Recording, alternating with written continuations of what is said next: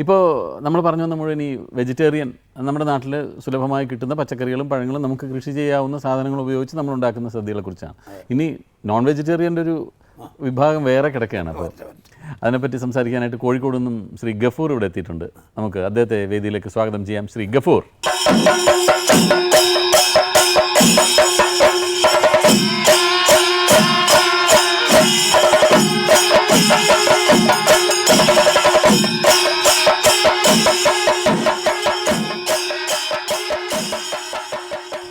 ചേട്ടനെ അറിയാമല്ലോ, സിനിമയിലൊക്കെ കണ്ടിട്ടുണ്ട് ധാരാളം അല്ലേ?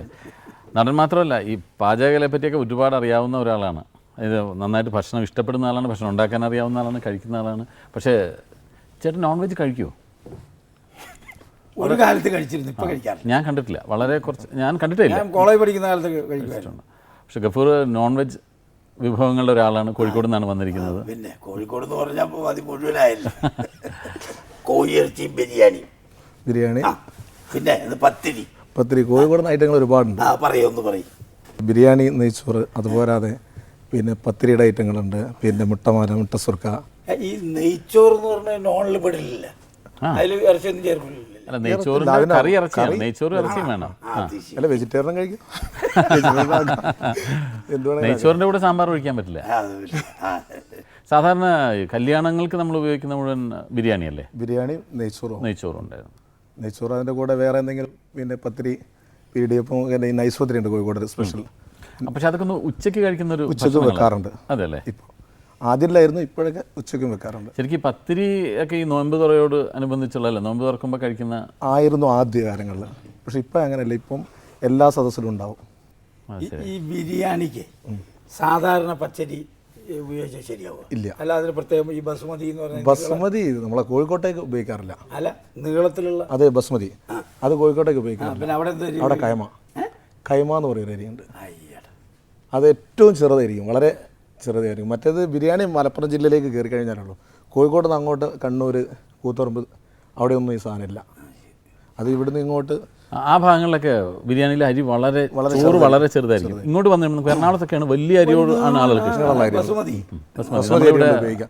ഞങ്ങളവിടെ ഫ്രൈഡ് റൈസ് ഉണ്ടാക്കാൻ ഉപയോഗിക്കാം ആ അരി. പിന്നെ ഇത് തന്നെ, ഈ ബിരിയാണി തന്നെ രണ്ട് വിധമുണ്ട്. കോഴിക്കോടിൻ്റെ ഒരു സ്റ്റൈൽ ബിരിയാണി ഉണ്ട്, തലശ്ശേരിയുടെ വേറെ സ്റ്റൈൽ ബിരിയാണി ഉണ്ട്. അതായത് തലശ്ശേരിയുടെ ബിരിയാണി എന്ന് വെച്ചാൽ അരി ഞങ്ങൾ പൊരിക്കും. ആദ്യം വെളിച്ചെണ്ണയിലിട്ടിട്ട് അരി പൊരിച്ചെടുക്കും, എന്നിട്ട് ബിരിയാണി വെക്കും. കോഴിക്കോട് പിന്നെ അങ്ങനെയൊന്നും ചെയ്യില്ല.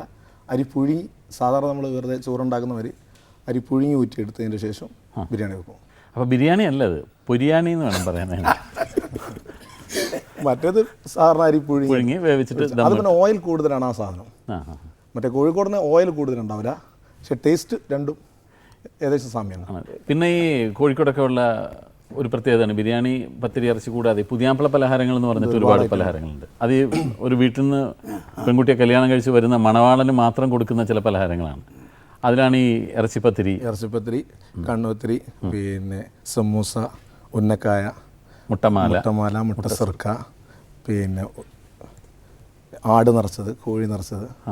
ആടെല്ലാം നിറച്ചത് പറഞ്ഞാൽ ഒരു ആട് തന്നെ ഒന്നായിട്ട് ചെറിയ, അതായത് ഒരു 4 മാസം 5 മാസം പ്രായമുള്ള ആടിനെ അതിൻ്റെ ഉള്ളിലെ സാധനങ്ങളെല്ലാം എടുത്തു കഴിഞ്ഞിട്ട് അതിൽ കോഴി അതേമാതിരി എടുത്ത് കോഴിനെയും വയ്ക്കും. എന്നിട്ട് കോഴിമുട്ട ഇതെല്ലാം കൂടെ വെച്ചിട്ട് അതിനെ തുന്നി ചേർത്തിട്ട് മസാല എല്ലാം പുരട്ടി അതിനെ ആദ്യം വേവിച്ചിട്ട് പിന്നെ പൊരിച്ചെടുക്കും. അതൊക്കെ പുതിയാപ്പിളമാരെ സൽക്കരിക്കാനുള്ള. പിന്നെ കോഴിപ്പത്തിരി ഉണ്ട്, ഇറച്ചിപ്പത്തിരി ഉണ്ട്. കോഴിക്കോട് നിന്ന് വല്ലതും കല്യാണം കഴിച്ചിരുന്നെങ്കിൽ ചേട്ടൻ അനുഭവിക്കാൻ പോയിരുന്ന ബുദ്ധിമുട്ട് എന്തായിരുന്നു അറിയാം? അല്ല, ഓരോരുത്തരുടെ പ്രാപ്തി സ്വാധീനമൊക്കെ അനുസരിച്ച് പാവപ്പെട്ട മാനുകളെ കൂട്ടത്തോടെ കൊണ്ടുവന്നിട്ട് മാൻ ബിരിയാണിയൊക്കെ നടത്തിയിട്ടുണ്ട്.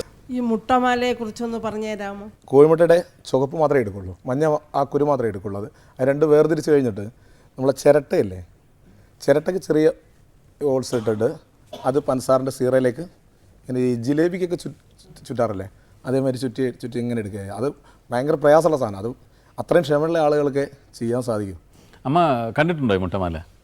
ഇങ്ങനെ കണ്ടിട്ടില്ല. അത് മുട്ടയുടെ മഞ്ഞ ഇങ്ങനെ എടുത്തിട്ട് നമ്മൾ ഇടിയപ്പം പോലെ ഇങ്ങനെ അതിനകത്ത് ഇങ്ങനെ നൂല് പോലാക്കിയിട്ട് മുട്ടയുടെ മഞ്ഞ കൊണ്ടാണ് അത് ഉണ്ടാക്കുന്നത്. ഭയങ്കര സ്വീറ്റ് ആയിരിക്കും. പിന്നെ കൊണ്ടാണ് തോണ്ടി എടുക്കുക. ഈർക്കളിട്ട് ഇങ്ങനെ ഇത് എടുക്കണം, അല്ലെങ്കിൽ പൊട്ടിപ്പോവും. അത് മുടി മാതിരിയുണ്ട്, ഇങ്ങനെ ഒന്നായിട്ട് കൂട്ടമായിട്ട് ഇങ്ങനെ കിടക്കുക. മുട്ടയുടെ മഞ്ഞ കൊണ്ട് മാത്രം ഉണ്ടാക്കുന്നത്. അതിനകത്ത് പിന്നെ നെയ്യ്, പഞ്ചസാര എല്ലാം ഉണ്ട്. അപ്പോൾ 100 ഗ്രാം മുട്ട മാല എന്ന് പറഞ്ഞാൽ 150 ഗ്രാം കൊളസ്ട്രോൾ ഉണ്ടാവും. എന്താണ് ഈ ഉന്നക്കായ? ഉന്നക്കായ പഴം അരച്ചിട്ടുണ്ടാക്കുന്ന സാധനം. ഉന്നക്കായ കേട്ടിട്ടുണ്ടോ?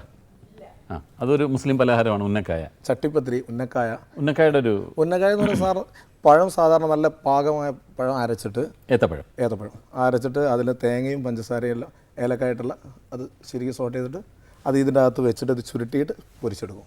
സാധാരണ നമ്മൾ ഈ പഴംപൊരി അല്ലെങ്കിൽ ഏത്തക്കാപ്പം എന്ന് പറയുന്ന സാധനം മാവിൽ പഴം മുക്കിയിട്ട് പൊരിച്ചെടുക്കുകയല്ലേ ചെയ്യുന്നത്. ഇതല്ല, മാവിന് പകരം ഏത്തപ്പഴം പുഴുങ്ങിയിട്ട് അരയ്ക്കും. അത് അരച്ചെടുത്തതാണ്. അതിൻ്റെ അകത്താണ് പിന്നെ ഈ ഇത് വെക്കുന്നതിൻ്റെ ശർക്കരയും തേങ്ങ അല്ല പഞ്ചസാര, തേങ്ങ, കശുവണ്ടി പരിപ്പ്, എല്ലാം കൂടെ ഇട്ടിട്ട് വെക്കും. നെയ്യ് എല്ലാം കൂടി ഇട്ടിട്ട് അതിനകത്ത് ഉണ്ടാക്കിയിട്ട് അത് ഇതിൽ പൊരിച്ചെടുക്കും. അതിനെ സാധനം പൊരിച്ചെടുക്കും. കോയമ്പട്ടയ്ക്ക് കോയമ്പട്ടയോട് കോഴിക്കോടുള്ള ആളുകൾ ഒരു 10-60 പലഹാരങ്ങൾ ഉണ്ടാക്കും, ഏറ്റവും ചുരുക്കം. അല്ല പിന്നെ ഈ കോഴിക്കോട് അലുവ, കോഴിക്കോട് അതിനെ പറ്റി ഒന്ന് പറയും. കോഴിക്കോടൻ ഹൽവ എന്ന് വെളിച്ചെണ്ണയിൽ ഉണ്ടാക്കുന്ന സാധനത്തിനാണ് കോഴിക്കോടൻ ഹൽവ എന്ന് പറയുന്നത്.